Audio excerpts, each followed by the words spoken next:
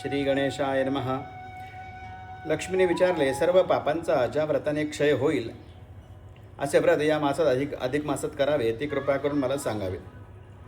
भगवान विष्णू अत्यंत प्रेमादराने लक्ष्मी मातेला सांगू लागते की महिनाभर जे लोक मौन व्रताने या महिन्यामध्ये भोजन करतात ते अत्यंत सुखी आणि पवित्र होऊन वैकुंठी लोकाला प्राप्त होतात. अनेक प्रकारचे मौन या मासामध्ये सांगितलेले असतात.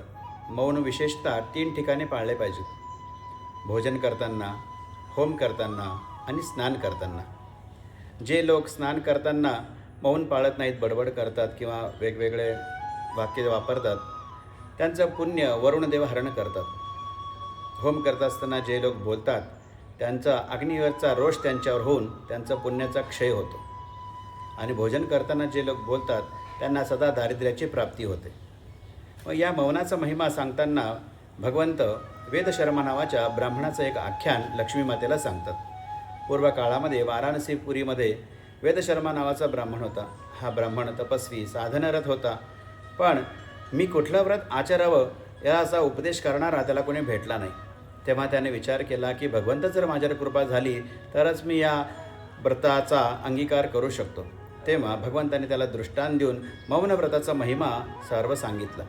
अधिक मासामध्ये या वेदशर्मा ब्राह्मणाने मौने राहून भोजन व्रत यांचं आचरण केलं आणि अंती भगवंताचं प्रत्यक्ष दर्शन त्याला झालं. तेव्हा भगवंताकडे अनेक प्रकारच्या वरदान हा वेदशर्मा ब्राह्मण मागू लागला. भगवंता, माझी भक्ती तुझ्या चरणावर दृढ राहो असं मला वरदान दे. तुझ्या आशीर्वादाने मी संत सेवांची, गोब्राह्मणांची नित्यसेवा करून त्यांना सुखी करण्याचा प्रयत्न करो असं मला वरदान दे.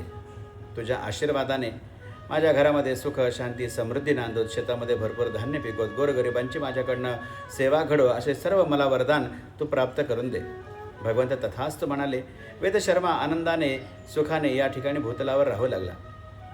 अनेक वापी, कूप, तडागं, मंदिर, धर्मशाळा यांची निर्मिती करून ठिकठिकाणी त्यांनी सुखसुविधा या ठिकाणी उपलब्ध केल्या.